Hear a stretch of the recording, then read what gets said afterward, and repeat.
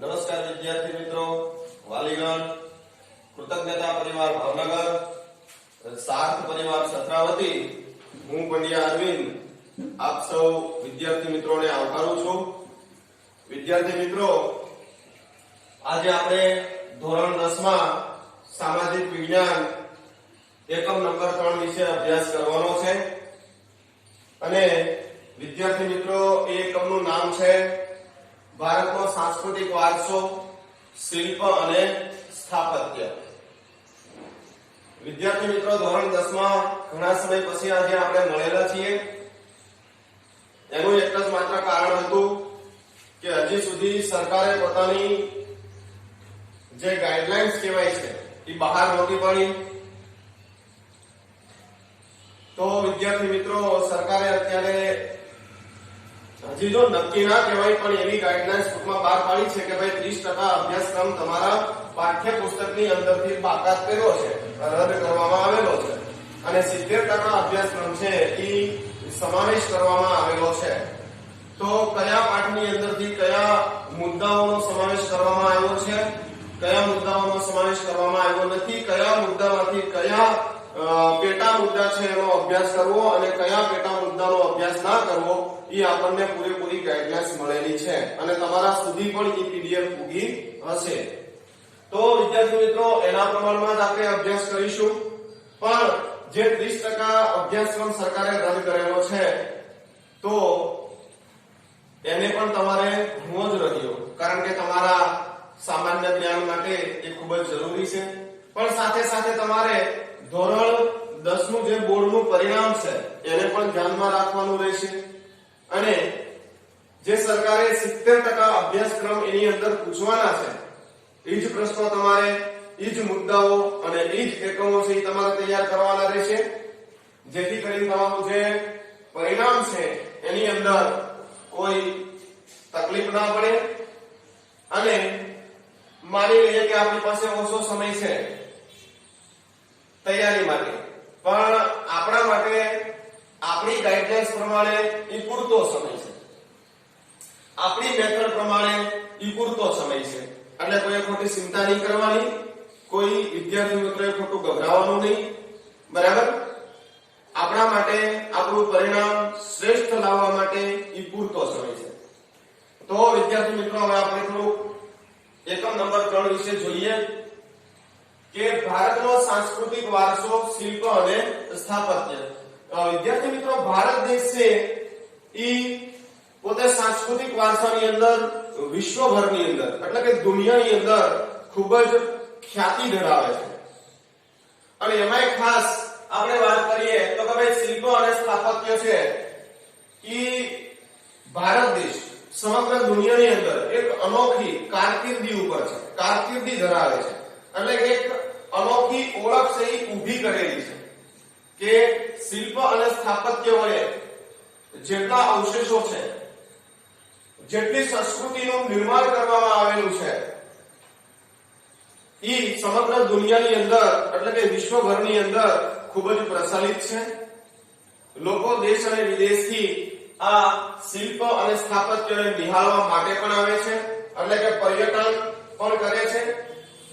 તો આપણે એવું જોવું રહ્યું કે ભાઈ શિલ્પ છે ઈ કોને કહેવાય, સ્થાપત્ય છે ઈ કોને કહેવાય। તો વિદ્યાર્થી મિત્રો, માનો કે કોઈ પણ શિલ્પી છે પોતાના મનની અંદર જે કળા અને કૌશલ્ય પડ્યા છે એટલે કે પોતાના મનના જે ભાવો છે એ કોઈ વસ્તુ ઉપર એટલે કે માનો કે એ પથ્થર હોય, કોઈ પણ ધાતુ હોય, કોઈ પણ લાકડું હોય, એના ઉપર તે સીણી અને હથોડી વડે પ્રદર્શિત કરે છે એટલે કે દર્શાવે છે, એને આપણે શિલ્પ સ્થાપત્યના નામથી ઓળખીએ છીએ। મતલબ કે એને કહેવાય છે ખાલી શિલ્પ। સ્થાપત્યનો અર્થ પણ બીજો છે અને સ્થાપત્યનો અર્થ છે ખાલી બાંધકામો, બરાબર? જે બાંધકામ કરવામાં આવે છે, મકાનો છે, ઊંચા ઊંચા કિલ્લાઓ છે, આપણે તેને ગઢ કહીએ, પછી નવા નવા જે ઓજારો આપણે જે બનાવીએ છીએ બરાબર. તો એ બધું સ્થાપત્યની અંદર આવે છે. એટલે આ બે શબ્દો છે એ તમારે સમજવા રહ્યા. સ્થાપત્ય માટે સંસ્કૃતની અંદર વાસ્તુ શબ્દ વપરાય છે. કયો શબ્દ વપરાય છે? વાસ્તુ. બરાબર. અને એમાં સ્થપતિ એટલે કે જે વ્યક્તિ મકાન બનાવે છે, મોટા મોટા કિલ્લાઓ બનાવે છે, એને આપણે સ્થપતિ કહીએ. તો એ સ્થપતિ છે એનું જે મહત્વ છે એ ખૂબ જ આગળ પડતું હોય છે. એ પણ એક પોઈન્ટ તમારે યાદ રાખવાનો. અને આગળ હવે આપણે અભ્યાસ કરવાનો છે પ્રાચીન ભારતનું નગર આયોજન. વિદ્યાર્થી મિત્રો, મેં બોર્ડની અંદર જેટલા નગર આયોજનો લખેલા છે એ પ્રાચીન ભારતની નગર આયોજનની રીત કેવી હતી, એની વ્યવસ્થા કેવી હતી, એના બાંધકામો કેવા હતા એ દર્શાવવામાં આવેલું છે. બરાબર. એ બધા નગરો છે ને એને આપણે એક સરસ મજાનું એવું નામ પણ આપી શકીએ કે ભાઈ સિંધુ ખીણની સંસ્કૃતિ. સિંધુ ખીણની સંસ્કૃતિ અથવા તો સિંધુ ખીણના નગર. બરાબર. સિંધુ સભ્યતાની સંસ્કૃતિ. આવા શબ્દો છે તમારે સતત ને સતત મનની અંદર આવ્યા છે અથવા તો ક્યાંય તમને કાને અથડાયા છે. તો આજે બધા નગરો છે, મોહેંજો-દડો છે, પછી હડપ્પા છે, ધોળાવીરા છે, લોથલ છે, આ બધા જ નગરો છે એને આપણે સિંધુ ખીણની સભ્યતાના નગરો કહીએ છીએ કે જે આજથી 5000 વર્ષ પહેલા જે આજે આપણે જીવન જીવીએ છીએ એવું ઈ સમયની અંદર લોકો જીવન જીવતા હતા. આ બધી જ ટેકનોલોજી ઈ સમયની અંદર ઉપયોગમાં હતી. અને ત્યારબાદ ઈ સમગ્ર પૃથ્વી છે નાશ પામી અને ફરીથી આખી પૃથ્વીનું નિર્માણ થયું. બરાબર. એવું આપણને ટૂંકમાં જાણવા મળેલું છે અમુક પુસ્તકો ઉપરથી, અમુક ઇતિહાસકારોના માર્ગદર્શન ઉપરથી. અને અત્યારે આપણે જે વસ્તુનો ઉપયોગ કરીએ છીએ વ્યવહારુ જિંદગીની અંદર, તો 5000 પહેલાની જે સભ્યતા હતી સિંધુ ખીણની સભ્યતા, તો એની અંદર પણ લોકો એ જ સંસ્કૃતિ મતલબ કે એ જ વ્યવહારુ જીવનનો ઉપયોગ કરતા હતા. તો આપણે જોઈએ કે એની આખી ઝલક કે આજથી 5000 વર્ષ પહેલા કેવી સભ્યતા હતી, કેવા નગરો હતા, કોણે એની અંદર હવે સંશોધન કર્યું, કોણે એ નગરો આપણી સમક્ષ લાવ્યા, એનું મહત્વ શું છે, કઈ કઈ જગ્યાએથી કઈ કઈ વસ્તુ આપણને મળેલી છે, આ બધી જ વસ્તુઓ આપણે નિહાળવાની છે. વિદ્યાર્થી મિત્રો, એમાં પહેલું નગર છે મોહેંજો-દડો. આપણે સ્ટેપ બાય સ્ટેપ જોશું એટલે તમને સમજવામાં પણ સારું રહે. તમારા પાઠ્યપુસ્તકમાંથી જ આ બધા મુદ્દાઓ જે તારવેલા છે આટલી માહિતી તમારા માટે ઇનફ છે, પૂરતી છે. બરાબર. આનાથી વિશેષ કંઈ તમારે કરવાનું નથી. બસ ફક્ત આટલું યાદ રાખો એટલે આ 4 નગરોની અંદરથી જે કાંઈ ક્વેશ્ચન પૂછાય છે વિભાગ A, B, C અને D માંથી કોઈ પણ પ્રશ્ન પૂછાય છે તો એ આની બહાર જવાનો નથી. વિદ્યાર્થી મિત્રો, એમાં પહેલું જે નગર છે એ મોહેંજો-દડો છે. ઈસવીસન 1922 માં ઉત્ખનન કાર્ય કરવામાં આવ્યું હતું. જો યાદ રાખજો, હું જે તમને વાત કરું છું એ તમારે સાલવારી યાદ રાખવાની છે કે ભાઈ ઈસવીસન 1922 માં તેનું ઉત્ખનન કાર્ય એટલે કે તેનું ખોદકામ કરવામાં આવ્યું હતું. બરાબર. તો કે ભાઈ ખોદકામ છે કોણે કર્યું હતું? તો કે ભાઈ ખોદકામ છે રખાલદાસ બેનર્જી અને દયારામ સહાની નામના વ્યક્તિએ કર્યું હતું. જો યાદ રાખજો, રખાલદાસ બેનર્જી અને દયારામ સહાની નામના વ્યક્તિએ મોહેંજો-દડો નગર છે એની અંદર મળી આવેલા અવશેષો છે એનું સંશોધન કાર્ય કર્યું હતું. પણ કોના માર્ગદર્શન નીચે કર્યું હતું? તો કે ભાઈ સર જોહન માર્શલ અને કર્નલ મેકેના ના માર્ગદર્શન નીચે રખાલદાસ બેનર્જી અને દયારામ સહાનીએ ઈસવીસન 1922 માં મોહેંજો-દડોની અંદરથી મળી આવેલા તમામ અવશેષોની અંદર સંશોધન કર્યું. એ અવશેષો કેટલા વર્ષ જૂના છે અને એ નગરનું નામ શું છે? તો કે ભાઈ નગરનું નામ મોહેંજો-દડો અને એની અંદરથી મળી આવેલા અવશેષો છે એનું ઉત્ખનન કાર્ય અને સંશોધન કાર્ય છે એ કર્યું હતું. ત્યારબાદ આપણે આગળ જોઈએ કે ભાઈ મોહેંજો-દડો, તમને એમ થાય કે હાલ મોહેંજો-દડો છે ક્યાં આવેલું હશે? તો હાલ મોહેંજો-દડો છે એ સિંધુ ખીણની સંસ્કૃતિ સંસ્કૃતિ મેં તમને વાત કરી હતી. તો પાકિસ્તાનની અંદર આવેલું એક સિંધુ નામનું શહેર, બરાબર, જે આપણે વાત કરીએ સિંધુ નદી, ખબર ને, કે જે પાકિસ્તાનની અંદરથી જાય છે. આપણે ભારતમાંથી જમ્મુ અને કાશ્મીરનો જે લેહ જિલ્લો છે, એ લેહમાંથી ડાયરેક્ટ ક્યાં જાય છે? પાકિસ્તાનની અંદર જતી હોય છે, બરાબર. તો ઈ જે સિંધુ અને પાકિસ્તાન, બરાબર, એ સ્થળનું નામ છે. અને જિલ્લો પૂછે તો તમારે લખવાનું લારકાના, બરાબર. એટલું બધું ડીપમાં તમારે જતું નથી, પણ કદાચ 3 માર્ક્સ ની અંદર ક્વેશ્ચન પૂછવાનો હોય તો તમારે લખવાનું, બરાબર ને. સિંધુ પાકિસ્તાન હાલમાં પાકિસ્તાનની અંદર છે, બરાબર. અને જિલ્લો પૂછાય તો લારકાના નામનો જિલ્લો, ત્યાં મોહેંજો-દડો નામનું સ્થળ છે, એ હાલમાં ઉપસ્થિત છે, બરાબર. ખંડેર હાલતની અંદર હોય. અત્યારે કોઈ જે પહેલાના સમયની અંદર જે જાહો જલાલી ધરાવતું હોય તો એવું ના હોય, ખંડેર હાલતની અંદર હોય છે, બરાબર. પછી મિત્રો આપણે વાત કરીએ તો કે ભાઈ એનો અર્થ શું થાય મોહેંજો-દડોનો? તો એ તમારા માટે ખૂબ જ અગત્યનો ક્વેશ્ચન છે. બોર્ડની એક્ઝામમાં વારે પૂછાતો પ્રશ્ન, બરાબર. મોહેંજો-દડોનો અર્થ થાય છે મરેલાનો ટેકરો. શું થશે? મરેલાનો ટેકરો એટલે મોહેંજો-દડો, બરાબર. એ તમારે એક ખાસ યાદ રાખવાનું છે.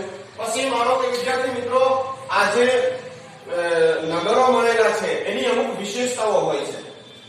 તો મોહેંજો-દડો છે એની વિશેષતા આપણે જોઈએ તો એની અંદર નગર રચના, પછી રસ્તાઓ છે, ગટર યોજના છે, જાહેર સ્નાનાગરો છે, જાહેર મકાનો છે, આ બધી એની વિશેષતાઓ છે, બરાબર. તો કે ભાઈ જોઈએ નગર રચના કેવી હોય છે એની અંદર, તો ખાસ ધ્યાનમાં રાખજો કે ભાઈ એમાં મકાનો છે ને પૂર અથવા તો ભેજથી અથવા તો પાણીથી બચવા માટે આપણે જો પ્લિંધ કહીએ ને, જે આપણે મકાન બનાવતા પહેલા આપણે પાયો બાંધીએ, ખબર, ઈ પ્લિંધ જે પાયો બાંધીએ એટલા મકાન ઊંચા લેવામાં આવે. એટલે કે ઊંચા મકાન હોય તો ત્યાં પાણી અથવા તો પૂર છે એ ઝડપથી સડી શકતું નથી, બરાબર. તો એવી ટૂંકમાં એની નગર રચના હોય છે. પછી બીજા નંબરમાં તમને એમ થશે કે એના ઓરડાઓ કેવા હોય, તો કે ભાઈ 2-3 ઓરડાઓ હોય છે, 1-2 માળના હોય છે. પછી તમને એમ થાય કે આપણે અત્યારે કોઈ પણ મકાન બનાવીએ તો એની અંદર આપણે બારીની વ્યવસ્થા કરીએ તો ઈ સમયની અંદર બારીની વ્યવસ્થા હશે ખરી? તો હા વિદ્યાર્થી મિત્રો, ઈ સમયની અંદર પણ નગર રચનાની અંદર બારીઓની વ્યવસ્થા પણ હતી. તો વિચારો આજથી 5000 વર્ષ પહેલા અત્યારે જે આપણે મકાનની અંદર બારીઓ મૂકીએ ને તો ઈ સમયની અંદર પણ બારીઓ હતી, બરાબર. પછી આપણે આગળ જોઈએ કે ભાઈ એના રસ્તાઓ, તો જો બધા રસ્તાઓ છે ને કાટખૂણે મળતા હતા. કેવા રસ્તાઓ હતા? કાટખૂણે મળતા હતા, બરાબર. અને બધા રસ્તા છે એની લંબાઈ મિત્રો 9.75 મીટરની હતી. કેટલી હતી? 9.75 મીટર. યાદ રાખો કેટલા રસ્તા?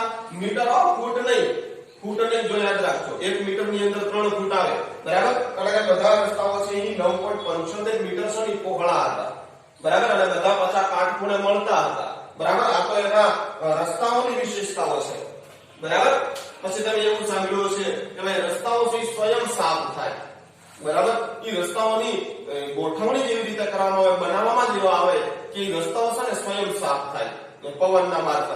કઈ ઓટોમેટિક ના થઈ જાય, પણ એ રીતે પવન જાય ને એટલે રસ્તાઓ એ પવનની દિશાઓની અંદર એ રીતે ગોઠવણી કરવામાં આવેલા હોય, બરાબર. તો ત્યાં એ વખતના જે એન્જિનિયરો હોય ને એને આપણે ટૂંકમાં બહુ ધન્યવાદ આપવો પડે, બરાબર. અત્યારના એન્જિનિયરો કરતા એ વખતના કે તમે જુઓ કે રસ્તા પણ એવા કાટખૂણે બનાવે કે રસ્તા છે ને સ્વયં સાફ થઈ જાય, બરાબર.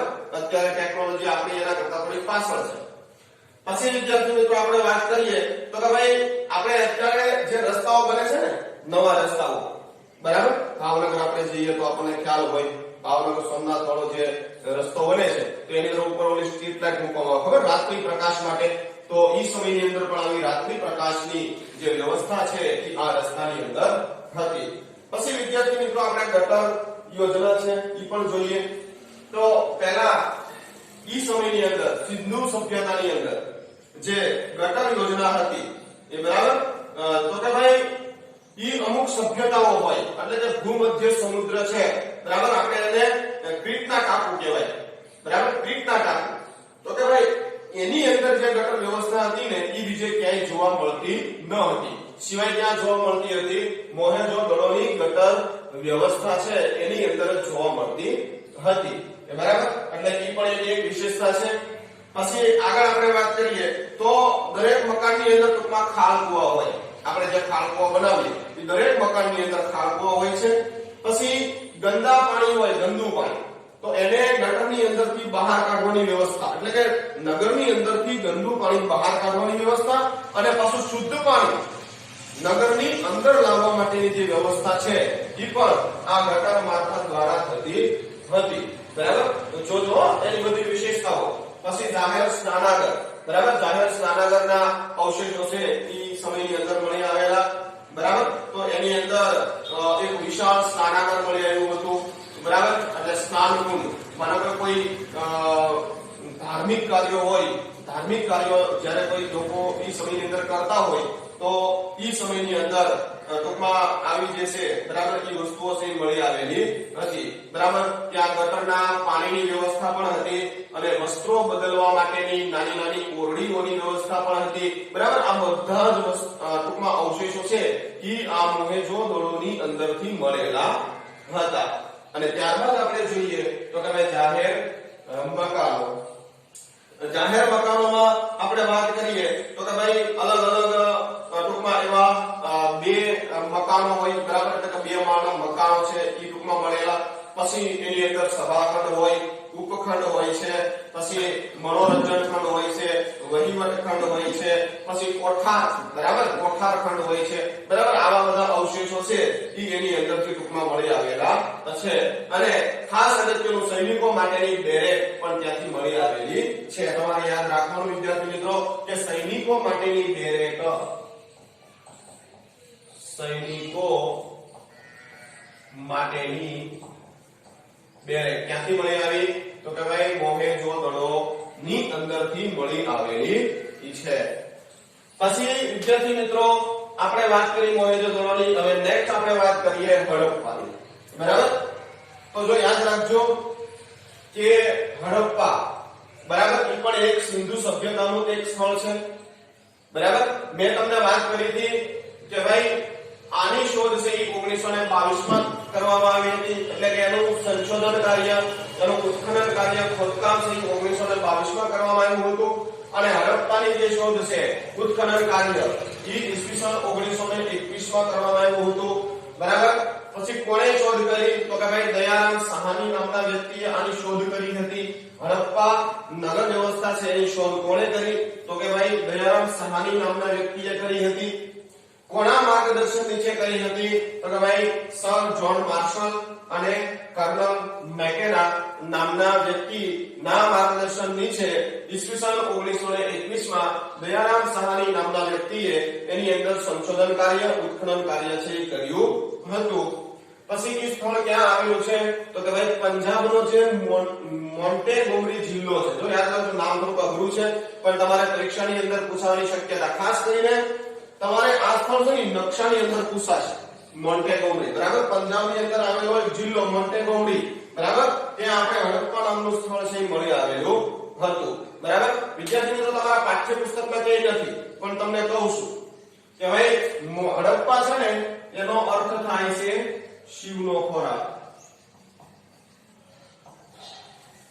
હડપ્પાનો અર્થ શું થાય છે? શિવનો ખોરાક. જો યાદ રાખજો, અર્થ છે ખાસ તમારે યાદ રાખવો પડશે. મોહેંજો-દડોનો અર્થ થાય છે મરેલાનો ટેકરો, હડપ્પાનો અર્થ થાય છે શિવનો ખોરાક. અને હજી એક સ્થળ આપણી પાસે છે લોથલ. આ લોથલનો અર્થ થાય છે ખાલી લાશ. યાદ રાખવાનું છે. બરાબર, તમને એમ પૂછાય કે ભાઈ જો ઓપ્શનની અંદર હોય કે ભાઈ લોથલ છે, આમાં તમારે ક્યારેક કન્ફ્યુઝન થશે.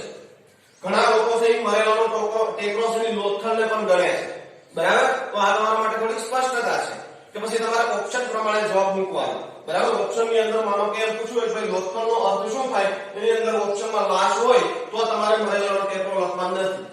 પણ જો ઓપ્શનમાં લાશ ના હોય, મરેલાનો ટેકરો હોય તો પછી આપણે ઘરનું જ્ઞાન વાપરવાનું નહીં, ડાયરેક્ટ લખી નાખવાનું મરેલાનો ટેકરો. બરાબર, એટલે આ ત્રણ શબ્દો છે તમારે યાદ રાખવાના રહેશે. બરાબર, પેલું મોહેંજો-દડો, એનો અર્થ થાય છે મરેલાનો ટેકરો. હડપ્પા, એનો અર્થ થાય છે શિવનો ખોરાક. અને લોથલ, એનો અર્થ થાય છે લાશ. બરાબર, એટલી વસ્તુ યાદ રાખવાની છે. પછી વિદ્યાર્થી મિત્રો સિંધુ સભ્યતાની અંદરથી આ તો મુખ્ય સ્થળો હતા. માનો કે આપણે મોહેંજો-દડો, હડપ્પા, ધોળાવીરા, લોથલ, આ બધા મુખ્ય સ્થળો હતા. પણ આની સિવાય અમુક નાના નાના જે સ્થળો છે એની અંદર પણ લોકોએ સંશોધન કાર્ય કર્યું છે અને ઉત્ખનન કાર્ય કર્યું છે અને એની અંદરથી પણ અમુક અવશેષો છે મળ્યા છે. તો એવા સ્થળોના ફક્ત ને ફક્ત આપણે નામ યાદ રાખવાના છે. બરાબર, તો જોઈએ આપણે કે ભાઈ અન્ય સ્થળોની અંદર રોપર છે. બરાબર, તો એ હિમાચલ પ્રદેશની અંદર આવેલું છે. પછી આલમગીરપુર મેરઠ ની અંદર આવેલું છે મધ્યપ્રદેશમાં. પછી કાલીબંગલ રાજસ્થાનની અંદર આવેલું છે. પછી લોથલ છે એ ધોળકા ગુજરાતની પાસે આવેલું છે. પછી દેશલપુર કેતા શિકારપુર એ આપણે કચ્છ જિલ્લામાં આવેલું છે. પછી ધોળાવીરા કચ્છની અંદર આવેલું છે. રંગપુર લીંબડીની અંદર આવેલું છે. બરાબર, અત્યારે ટૂંકમાં અમદાવાદ જિલ્લાની અંદર જતું રહ્યું છે, પણ જ્યાં સુધી આપણે પાઠ્યપુસ્તકમાં ના બદલાય ત્યાં સુધી તમારે રંગપુર લીંબડી રાખવાનું છે. પછી શ્રીનાથગઢ રોજડી ગોંડલ પાસે આવેલું છે અને કુંતાસી અને સોમનાથ એ આપણે મોરબી પાસે આવેલા છે. બરાબર, આપણું જે પ્રભાસ પાટણ સોમનાથ, બરાબર, એ પણ એક સિંધુ સભ્યતાનું સ્થળ ગણાય છે. બરાબર, આ બધા જે સ્થળો છે એ વિદ્યાર્થી મિત્રો તમારે યાદ રાખવાના છે. કદાચ તમારે વિભાગ એની અંદર બરાબર જે 16 ક્વેશ્ચન આવે છે એની અંદર તમારે પૂછાવાની શક્યતા આ સ્થળોની અંદરથી ટૂંકમાં રહેલી છે. બરાબર, પછી આપણે વાત કરીએ વિદ્યાર્થી મિત્રો તો ધોળાવીરા. બરાબર, ધોળાવીરા વિશે આપણે જોઈએ એ પહેલા આપણે થોડું હડપ્પા વિશે તમને વાત કરું કે ભાઈ સૌપ્રથમ જે સંશોધન કાર્ય છે ને અને પુરાતત્વીય અવશેષો જે સ્થળો છે ને એ હડપ્પાની અંદરથી મળેલા હતા. બરાબર, યાદ રાખવાનું. સૌપ્રથમ સંશોધન કાર્ય કયા સ્થળ ઉપર થયું હતું તો કે હડપ્પા ઉપર થયું હતું, નહીં કે મોહેંજો-દડો ઉપર. યાદ રાખજો. બરાબર, હડપ્પા ઉપર થયું હતું અને તેથી તેને હડપ્પીય સંસ્કૃતિ તરીકે પણ ઓળખવામાં આવે છે. જો યાદ રાખજો, આજે સિંધુ ખીણની સંસ્કૃતિ છે ને એને આપણે હડપ્પીય સંસ્કૃતિ તરીકે પણ ઓળખીએ છીએ.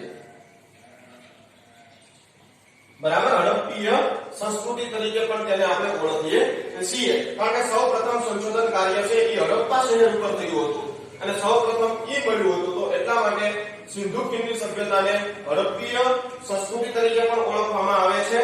પછી એનું એક બીજું પણ એક નામ છે કે માનો કે આ સમયની અંદર, બરાબર, એટલે કે હડપ્પાની અંદરથી જે આપણે તાંબાના અવશેષો, આપણે તેને તામ્રયુગ કહીએ. બરાબર, તો તાંબાના અવશેષો, તાંબાની વાટકી હોય, તાંબાની કટોરી હોય, તાંબાની છમસી હોય, બરાબર, આવા અલગ અલગ જે અવશેષો મતલબ કે જે વાસણો હતા એ વાસણો બધા તાંબાના હતા. એટલે કે એ તાંબાના અવશેષો એ સમયની અંદર મળેલા. એટલા માટે એ સંસ્કૃતિને તામ્ર યુગની સંસ્કૃતિ પણ તરીકે ઓળખવામાં આવે છે. જો યાદ રાખજો, તામ્ર યુગ. તામ્ર યુગ એટલે તાંબાના અવશેષો મળી આવેલા હતા એટલા માટે એ યુગને કયો યુગ કહેવામાં આવે છે?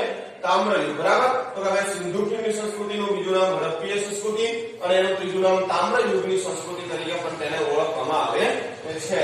બરાબર, હવે મિત્રો આપણે જઈશું ધોળાવીરા.